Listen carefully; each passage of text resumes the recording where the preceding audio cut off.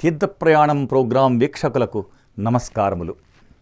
భారతదేశంలో మహాశివుని ఆలయాలలో అత్యంత పురాతనము, మహిమాన్వితము పంచభూత ఆలయాలైన అగ్నిలింగంగా అరుణాచలములో, ఆకాశలింగంగా చిదంబరములో, వాయులింగంగా శ్రీకాళహస్తిలో, జలలింగంగా జంబుకేశ్వరములో, పృథ్వీలింగంగా కంచిలో పూజింపబడుతున్నాయి.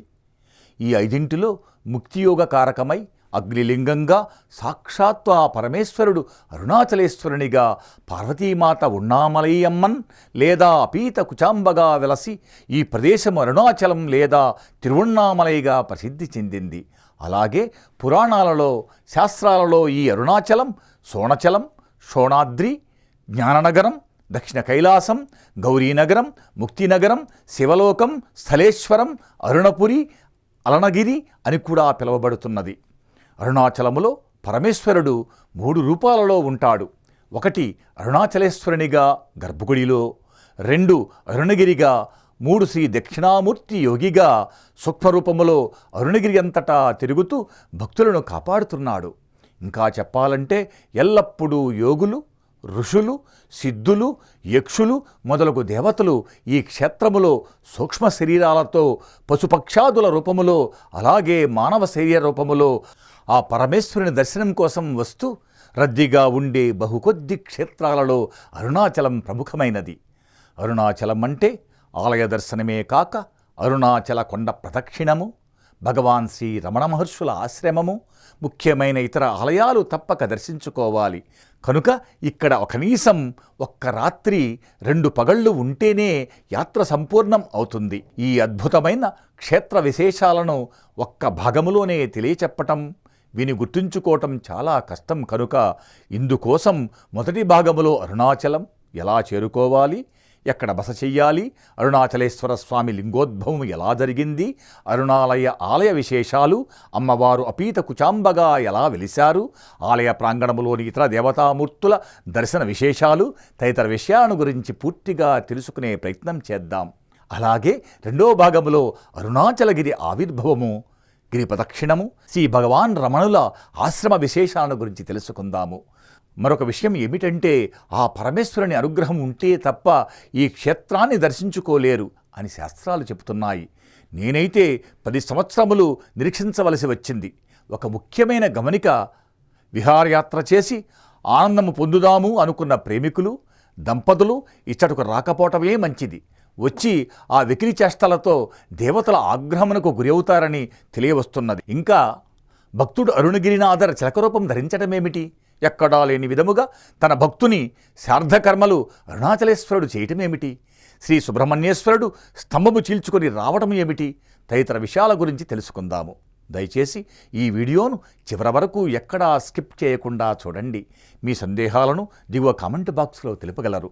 అలాగే ఇటువంటి విశేషాలను ఇంకా తెలుసుకొనడానికి మా ఛానల్ సబ్స్క్రైబ్ బటన్ మీద, బెల్ బటన్ మీద క్లిక్ చేసి తరువాత వచ్చే ఆల్ నోటిఫికేషన్ క్లిక్ చేస్తే మా నుంచి వచ్చే కొత్త వీడియోల నోటిఫికేషన్ వెంటనే వచ్చేస్తుంది. మరెందుకు ఆలస్యం, వివరాల్లోకి వెళదాము. ఈ క్షేత్రం తమిళనాడు రాష్ట్రం, తిరువణ్ణామలై జిల్లా, తిరువణ్ణామలైలో ఉన్నది. ఇక్కడకు హైదరాబాదు లేదా విజయవాడ నుండి రైలు లేక బస్సులలో చేరుకొనవచ్చును. ఇంకా కాట్పాడి జంక్షన్కు ట్రైన్స్ ద్వారా చేరుకొని అక్కడి నుండి అరుణాచలంకు 90 కిలోమీటర్లు ట్రైన్సు, బస్సులు, ట్యాక్సీలు అందుబాటులో ఉన్నాయి. దగ్గర విమానాశ్రయము చెన్నై లేదా తిరుపతి సుమారు 180 కిలోమీటర్ల దూరంలో ఉన్నది. ట్రైన్సు, ప్రైవేటు ట్యాక్సీల ద్వారా ఇక్కడకు చేరుకొనవచ్చును. ఇక్కడ బస చేయటానికి ఆశ్రమాలు, యాత్రీ నివాస్, ఇంకా అనేక హోటల్స్ ఉన్నాయి. పౌర్ణమి, పండుగ దినాలలో, కార్తీక మాసంలో గదులను ముందుగా బుక్ చేసుకోండి. బస్టాండు, రైల్వే స్టేషన్ నుండి ఈ ఆశ్రమాలకు సుమారు 3 కిలోమీటర్ల దూరంలో ఉంటుంది. ఆటోలో చేరుకొనవచ్చును. రమణాశ్రమములో బస దొరకటం అదృష్టంగా భావిస్తారు. ముఖ్యమైన 3 ఆశ్రమాలు శ్రీ రమణాశ్రమము, శ్రీ శేషాద్రిస్వామి ఆశ్రమము, శ్రీ శివసన్నిధి ఆశ్రమము చాలా ముఖ్యమైనవి. ఇంకా కొన్ని ఆశ్రమాలు ఉన్నాయి. ఇక్కడ ఆశ్రమాలలో చక్కటి పలహారం, భోజనం ఉచితంగా లభిస్తాయి. రూమ్ రెంట్స్ అందుబాటులో ఉంటాయి. తిరుగు ప్రయాణం అప్పుడు మీకు తోచిన విరాళాలను ఇచ్చి వీటి ఉన్నతికి తోడ్పడండి. హోటల్స్ వివరాలు, కాంటాక్ట్ నెంబర్స్ను డిస్క్రిప్షన్లో ఇవ్వటం జరిగింది. ఇప్పుడు మూల విరాట్టు అయిన శ్రీ అరుణాచలేశ్వరుని శ్రీ అపీత కుచాంబ అమ్మవారిని ఆలయ ప్రాంగణములోని ఇతర దేవతామూర్తులను దర్శించుకుందాము. దర్శనాదభ్ర సదసి జనానత్ కమలాలయే కాశ్యంతు మరణాన్ముక్తి స్మరణాదరుణాచలే అంటే చిదంబరములో నటరాజును దర్శించటం, కమలాలయం అంటే తిరువారూరులో పుట్టడం, కాశీలో మరణించటం, అరుణాచలాన్ని అక్కడ స్మరించటం వలన సులభంగా ముక్తి లభిస్తుందని స్కంద పురాణంలో చెప్పబడింది. అలాగే శివపురాణం, లింగపురాణం, ఋగ్వేదం, అధర్వణ వేదం, శరభోపనిషత్, భాస్కర, సూత, రుద్ర సంహితల్లో కూడా అరుణాచల క్షేత్ర మహాత్మ్యము గురించి వ్రాయబడింది.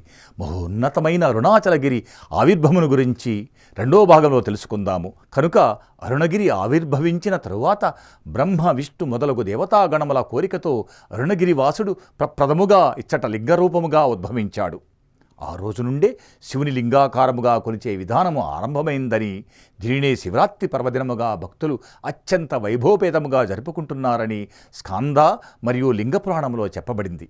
శాసనాలను బట్టి 9వ శతాబ్దములో చోళరాజులచే ఈ ఆలయం నిర్మించబడింది. అలాగే 1491 నుండి 1570 మధ్యకాలములో సాళువా మరియు తుళువ వంశరాజులచే ఇంకా అభివృద్ధి చేయబడింది. ఈ ఆలయం 25 ఎకరాల విస్తీర్ణములో 9 గోపురాలతో 1000 స్తంభాల మంటపము, విశాలమైన ప్రాంగణాలు, లోపల ప్రముఖమైన వివిధ ఆలయాలు, స్థలాలు, పుష్కరిణి, అంతరాలయము, గర్భగుడి అని 6 విధములుగా నిర్మించబడింది. మొదటగా భక్తులు తూర్పు వైపున రాజగోపురం వద్దకు చేరతారు. ఈ గోపురము 217 అడుగుల ఎత్తులో 11 అంతస్తులుగా అద్భుతమైన శిల్ప చెక్కడాలతో నాయకన్ వంశరాజులైన సేనప్ప నాయకరిచే నిర్మించబడింది.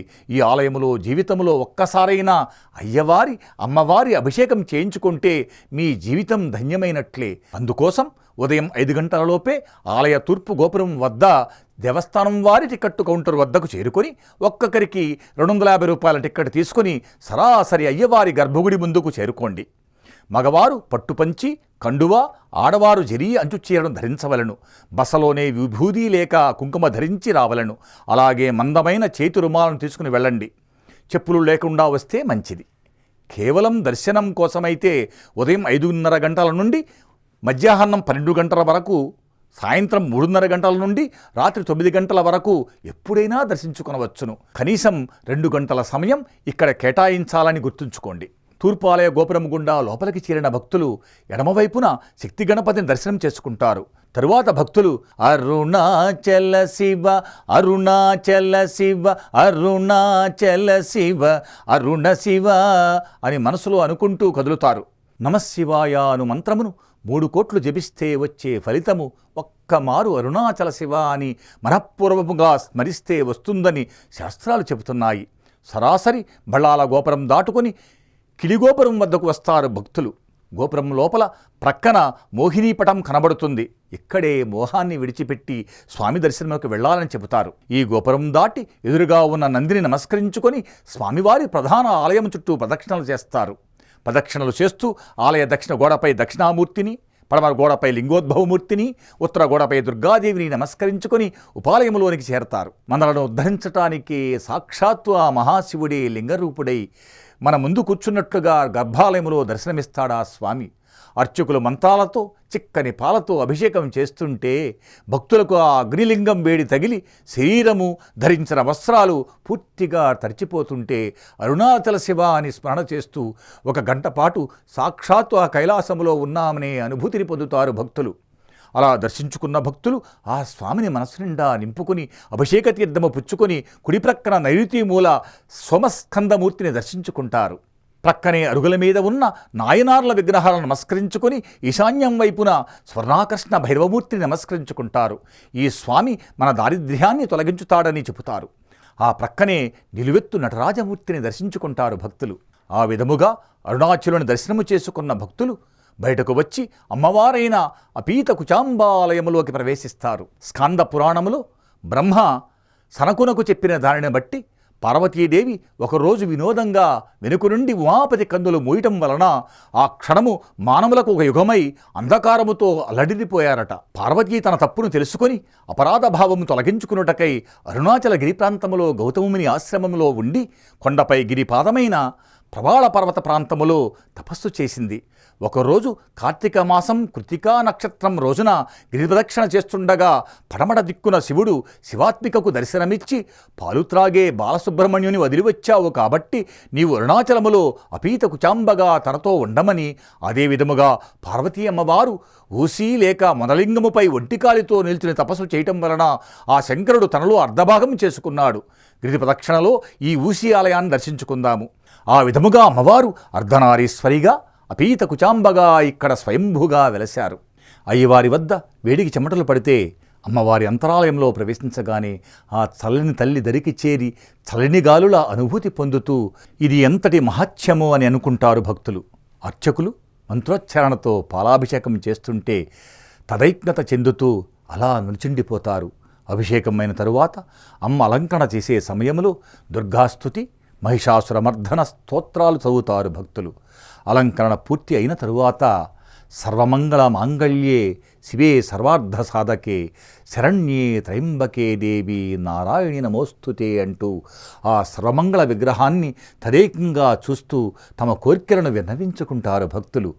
నిలుచుని ఆ తల్లి మందహాసము చేస్తూ అభయమిస్తుంటే చూడటానికి రెండు కళ్ళు సరిపోవు. భక్తులు తమ కోర్కెలను అమ్మ తప్పక తీరుస్తుందని నమ్ముతూ ఆనందముగా బయటకు వస్తారు. తరువాత ఆలయం ముందు నంది వద్దకు వచ్చి ప్రధానాలయం ప్రక్కన కుమారస్వామి పిచ్చయ్య ఇళయనారుగా పిలువబడుతూ ఆలయంలో దర్శనమిస్తారు. ఈ ఆలయం ఎంతో విశిష్టమైనది.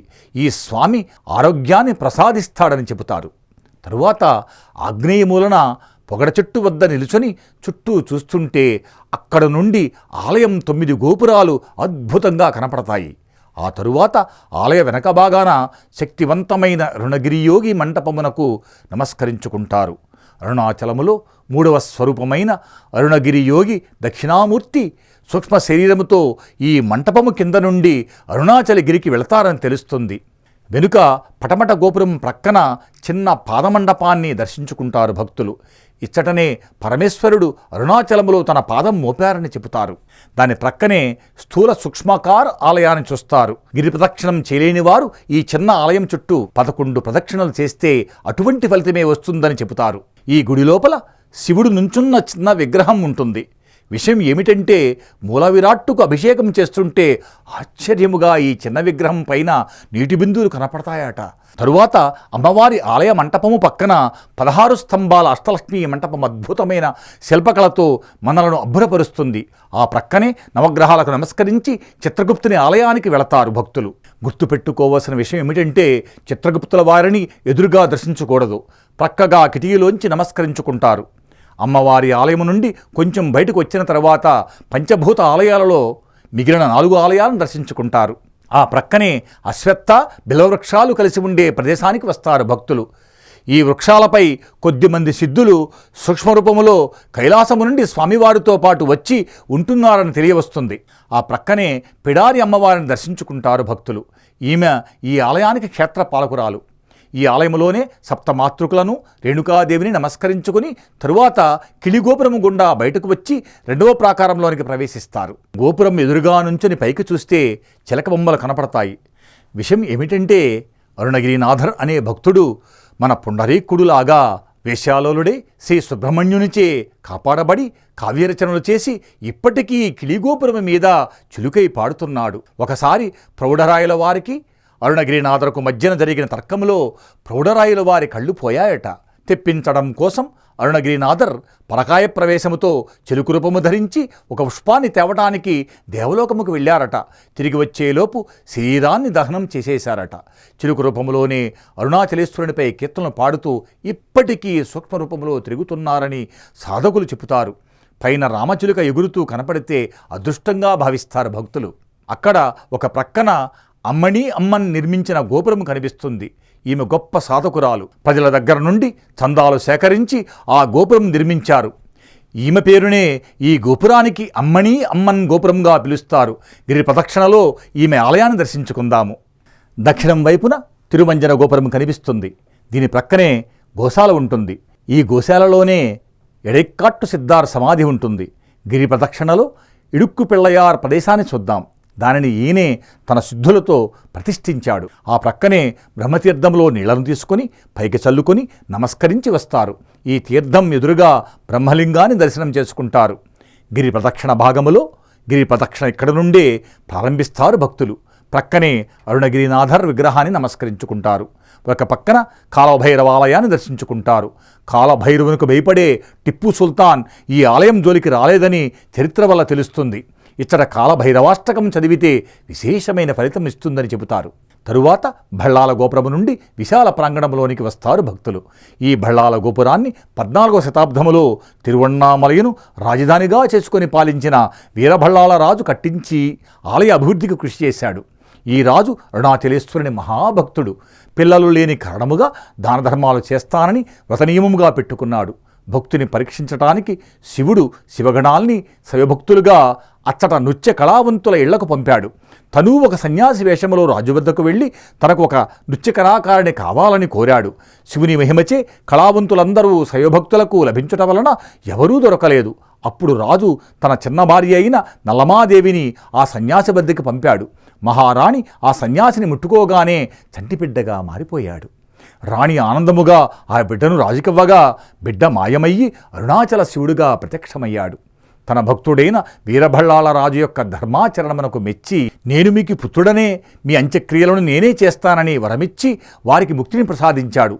ఇప్పటికీ ప్రతి సంవత్సరము తమిళమాసి మాఘ నక్షత్రము రోజున అరుణాచలేశ్వరుని దగ్గరలో గల పల్లికొండ పట్టుకు తీసుకుని వెళ్ళి అక్కడ రాజు రాణిల శ్రాద్ధకర్మలు నెరవేరుస్తారు.